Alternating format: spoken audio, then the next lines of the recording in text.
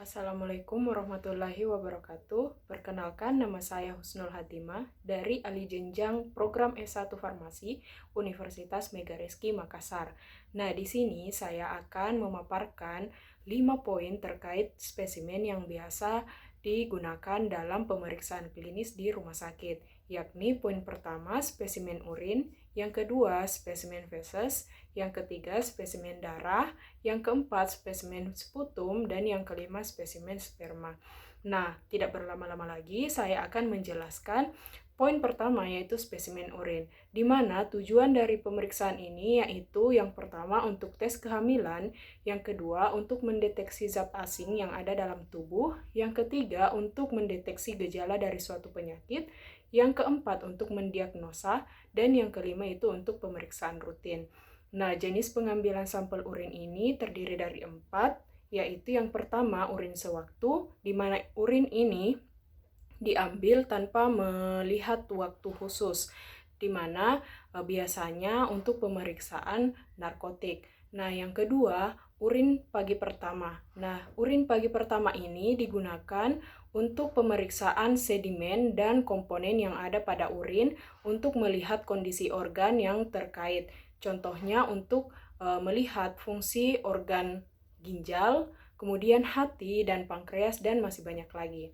Nah, untuk pemeriksaan ini biasanya pada saat pasien bangun di pagi hari, urin pertama ini kita tampung dan selanjutnya diuji di lab. Nah, kemudian jenis pengambilan urin yaitu yang ketiga, yaitu ada urin pagi kedua. Nah, urin pagi kedua ini digunakan untuk pemeriksaan pada pasien rawat jalan. Nah, kemudian untuk jenis pengambilan urin yang terakhir yaitu urin 24 jam, di mana urin ini ditampung selama 24 jam biasanya untuk pemeriksaan unsur-unsur yang ada di dalam urin dan mengetahui beberapa kadar yang ada ya, sehingga dapat mendeteksi suatu penyakit. Nah, kemudian cara pengambilan urin ini pada umumnya urin ditampung dalam wadah yang khusus kemudian dikirim ke lab. Namun ada pula pengambilan urin secara khusus, yakni contohnya pengambilan urin secara clean catch, di mana clean catch ini dimaksudkan untuk pengambilan urin tanpa adanya kontaminasi dari bakteri lain, contohnya dari bakteri dari alat genital. Nah, cara pengambilan urin ini misalkan pada wanita sebelumnya mencuci tangan terlebih dahulu, kemudian mencuci organ genital, kemudian mengeringkannya dengan kasa steril. Nah, setelah itu bagian labia pada alat kelamin dibuka dengan kedua tangan atau kedua jari, kemudian urin dikeluarkan. Nah, urin ini kemudian ditampung dalam wadah steril yang telah disiapkan, kemudian diberi label dan dikirim ke lab. Nah, untuk pria sendiri, seperti biasa, mencuci tangan terlebih dahulu, kemudian mencuci alat genital, kemudian dikeluarkan urin. Nah, urin yang tertampung ini kemudian dikirim ke lab. Nah, adapun pengambilan urin untuk memperoleh urin yang 100% murni, yaitu dengan cara aspirasi suprapubik. Nah, di mana aspirasi suprapubik ini merupakan pengambilan urin dengan cara menggunakan spuit dan ditusukkan pada area suprapubik di bagian bawah perut, yakni bertepat pada saluran atau kantong kemih. Nah, kemudian setelah spuit ini ditusukkan, kemudian ditarik sebanyak 20 ml, kemudian ditampung pada wadah yang steril dan dikirim ke lab. Nah, kemudian setelah pengambilan urin, jika terjadi penundaan pemeriksaan karena suatu dan lain hal, maka kita tidak bisa tolerir urin ini dapat rusak. Nah, seperti yang kita ketahui, urin ini bertahan setelah pengambilan tidak lebih dari 2 jam. Nah, apabila pemeriksaan tertunda karena suatu dan lain hal, maka urin dapat disimpan dalam pendingin dengan suhu 2-4 derajat Celcius. Nah, Kemudian juga dapat digunakan pengawet kimia untuk mengawetkan urin sehingga tidak terjadi penguraian komponen pada urin, dan juga tidak dapat dan juga tidak tercemar oleh mikroorganisme yang lain. Nah, pengawet kimia ini misalnya toluen, kemudian ada timol, kemudian asam klorida, dan masih banyak lagi. Nah, salah satu penyakit yang berkaitan dengan pemeriksaan urin ini contohnya infeksi saluran kemih, batu ginjal, kemudian ada masalah pada organ hati, dan masih banyak lagi. Nah, di sini pada infeksi saluran kemih, diagnosa dari dokter biasanya menyarankan untuk pasien menjalankan pemeriksaan urin, yaitu yang disebut dengan urinalisis. Nah, setelah itu kemudian kultur, hasil dari spesimen ini kemudian dikultur dan dilihat jenis bakteri apa yang menginfeksi saluran kemihnya. Nah, kemudian dari situlah dokter dapat memberikan terapi obat yang sesuai dengan infeksi yang ada. Nah, adapun gejala dari infeksi saluran kemih yaitu rasa sakit pada saat berkemih, kemudian berkemihnya juga sering dengan durasi yang pendek dan volume urin yang keluar relatif sedikit. Nah, adapun biasa dirasakan pada pasien yaitu rasa nyeri pada pinggul. Nah, adapun faktor yang dapat menyebabkan penyakit ini yaitu kurang kebersihan pada alat genital, kemudian penggunaan alat kontrasepsi, kemudian pemasangan kateter. Nah, adapun nilai normal dari pemeriksaan urin pada pasien yang sehat yaitu terdapat beberapa komponen urin lengkap, di mana di situ terdapat leukosit, kemudian urolobin, protein, kemudian bilirubin, kemudian ada glukosa, dan masih banyak lagi. Nah, secara kualitatif, komponen-komponen tersebut tidak dapat dideteksi dari pemeriksaan lab, di mana dia secara kualitatif pemeriksaan urin yang sehat itu komponen tersebut dinyatakan negatif. Namun untuk pemeriksaan kuantitatif dari komponen tersebut bisa dideteksi berapa kadarnya. Namun terdapat kadar yang bisa ditolerir sehingga pasien dapat dikatakan sehat. Nah, itulah tadi penjelasan mengenai spesimen urin. Nah, kita lanjut pada poin kedua yaitu spesimen feses. Nah, tujuan atau indikasi bagi pasien untuk dilakukan pemeriksaan spesimen feses ini yaitu yang pertama adanya masalah pada saluran gastrointestinal, kemudian adanya darah yang ditemukan pada feses, kemudian konstipasi ataupun diare secara terus-menerus, dan adanya ikteus. Nah, bagi pasien yang ingin melakukan pemeriksaan spesimen feses sebelumnya, 5 hari sebelumnya, pasien tidak boleh mengkonsumsi barium, bismut, ataupun minyak. Nah, kemudian cara pengambilan feses ini yaitu pasien dianjurkan untuk defekasi pada wadah pispot yang telah disediakan. Kemudian di wadah pispot inilah kita mengambil spesimen tersebut, kemudian ditempatkan pada wadah yang steril.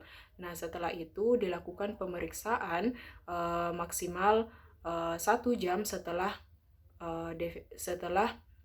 sampel diperoleh. Nah, apabila pemeriksaan tertunda lebih dari 1 jam karena suatu dan lain hal, maka feses ini harus diawetkan dengan formalin dengan kadar 10% untuk menghambat pertumbuhan mikroorganisme yang dapat mempengaruhi hasil pemeriksaan dari spesimen tersebut.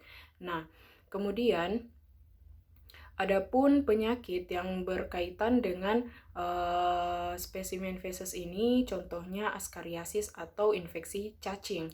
Nah, diagnosa dari dokter biasanya untuk penyakit ini ditemukan telur cacing maupun cacing yang ada pada feses, kemudian penurunan berat badan yang secara signifikan pada pasien, kemudian adanya cacing yang ditemukan pada saluran gastrointestinal.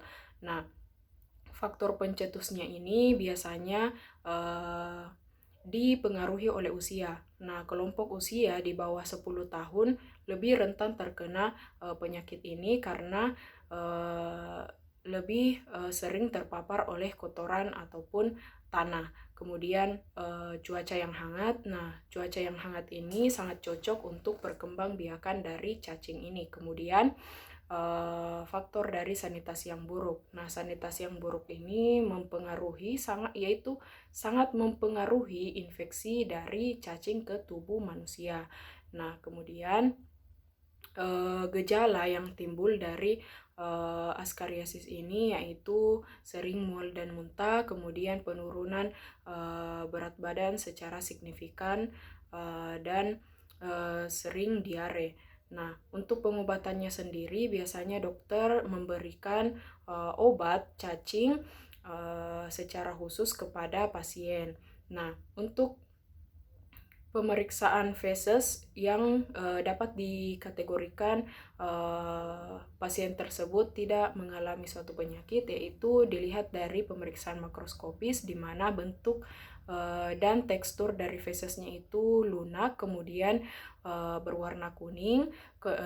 Selanjutnya secara pemeriksaan mikroskopis tidak ditemukan telur atau parasit yang ada pada feses dan juga tidak ditemukan darah. Kemudian untuk pemeriksaan darah semu ini dilakukan apabila pemeriksaan makroskopis dan mikroskopis ini tidak ditemukan. Nah, biasanya darah semu ini ditemukan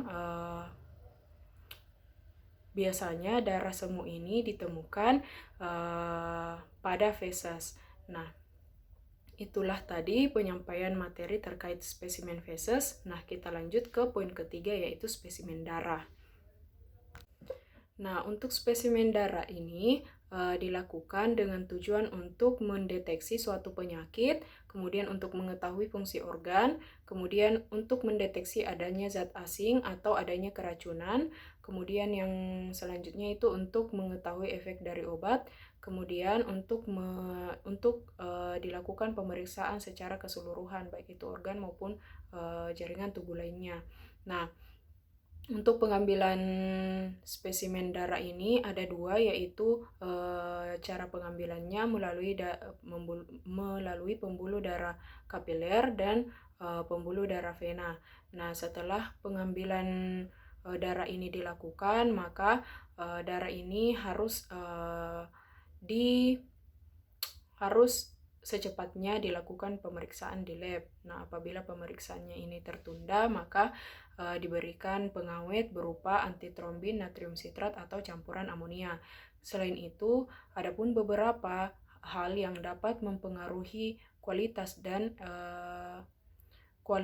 dari spesimen darah ini yang dapat mempengaruhi suatu pemeriksaan di lab, yaitu adanya perubahan suhu dan juga faktor dari cahaya. Nah, untuk faktor penyakit yang biasa berhubungan dengan pemeriksaan darah, yaitu ada penyakit malaria, diabetes, kemudian kolesterol, dan masih banyak lagi. Nah, untuk diabetes sendiri, diagnosanya yaitu adanya rasa haus yang sering timbul, kemudian sering merasa lapar, dan adanya penurunan berat badan yang secara signifikan. Nah, faktor pencetus dari penyakit diabetes ini yaitu terdiri dari faktor genetik, faktor berat badan, faktor makanan, dan gaya hidup. Nah, Adapun gejala yang biasa timbul dari penyakit diabetes ini yaitu sering merasa haus, sering merasa lapar, penurunan berat badan yang secara signifikan, dan kelelahan, dan masih banyak lagi. Nah, untuk pengobatannya sendiri biasanya dokter meresepkan antihiperglikemik oral ataupun dapat dilakukan terapi insulin. Nah, untuk pemeriksaan darah secara lengkap bisa digunakan indikator rujukan, yakni komponen darah seperti leukosit, eritrosit, hematokrit, hemoglobin, yang biasa digunakan sebagai indikator untuk pemeriksaan darah rujukan atau nilai normal dari darah yang setiap parameter dari komposisinya itu telah ditentukan dan dapat dilihat apakah pemeriksaan dari darah ini dapat dikatakan kategori normal atau tidak. Nah, itulah penjelasan materi terkait spesimen darah. Kita lanjut ke spesimen keempat, yaitu spesimen sputum.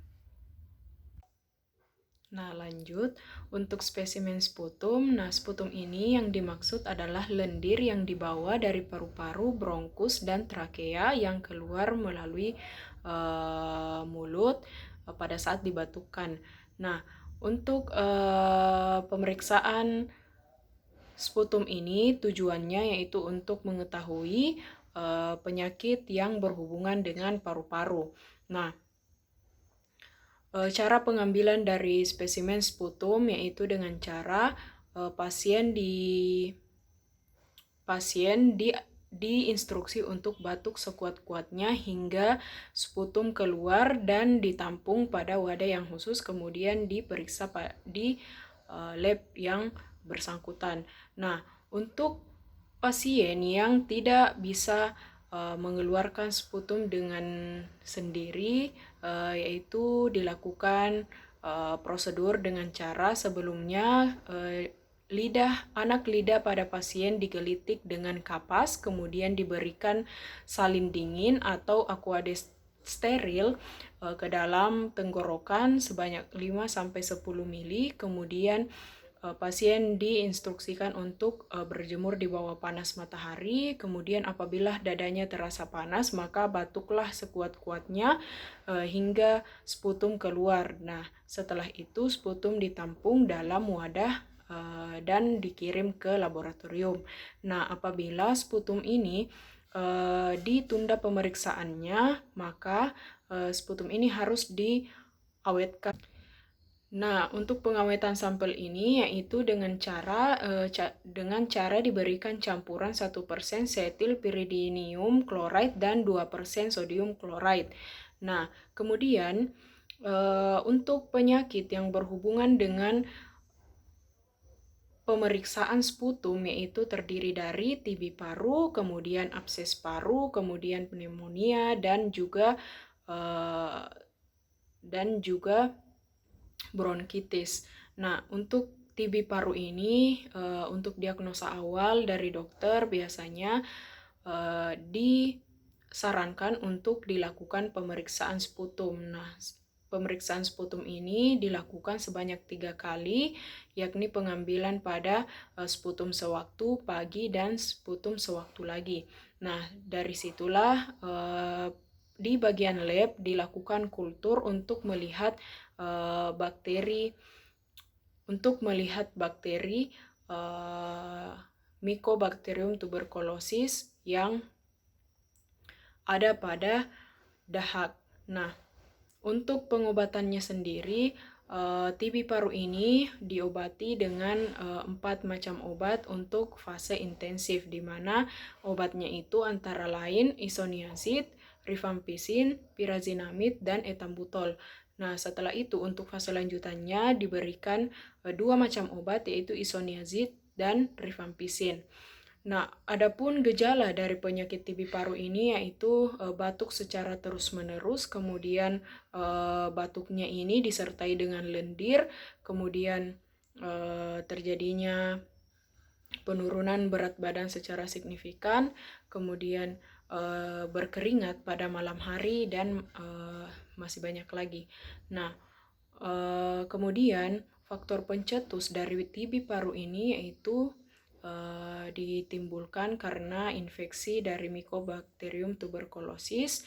Nah, infeksi dari bakteri ini biasanya ditularkan melalui udara. Nah, poin yang terakhir yaitu spesimen sperma, di mana sperma ini merupakan sel gamet yang berasal dari sistem reproduksi laki-laki.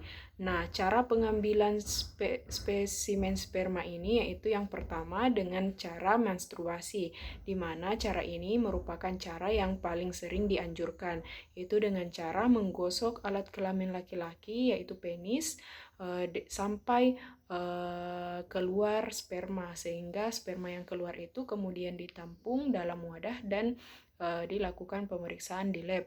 Nah, cara yang kedua yaitu cultus interruptus. Nah, cultus interruptus ini dilakukan dengan cara menyela atau menghentikan hubungan pada saat sperma keluar. Nah, setelah itu sperma ditampung dan dikirim ke lab. Nah, adapun kendala yang biasa ditemukan dalam pemeriksaan lab sehingga menyebabkan spesimen ini ditunda dalam pemeriksaannya yaitu karena banyaknya sampel sehingga mau tidak mau spesimen ini harus diawetkan. Nah, salah satu cara untuk mengawetkan spesimen sperma ini dengan cara metode freeze drying. Nah, untuk sperma ini biasanya diambil pada pasien yang sebelumnya puasa seks selama 2-7 hari. Nah, adapun penyakit yang berhubungan dengan pemeriksaan spesimen sperma, yaitu salah satunya yaitu leukositosperma, di mana penyakit ini ditemukan sel sperma bercampur dengan leukosit. Nah, kemudian yang kedua yaitu nekrozosperma. Nah, penyakit ini ditemukan sel sperma yang tidak bergerak atau sel spermanya mati. Dan kemudian yang terakhir terafozosperma, di mana penyakit ini ditemukan bentuk dan morfologi sperma yang tidak lengkap. Nah, itulah tadi beberapa spesimen yang biasa diperiksa di laboratorium yang ada di rumah sakit. Nah, cukup sekian, lebih dan kurangnya mohon dimaafkan. Wassalamualaikum warahmatullahi wabarakatuh.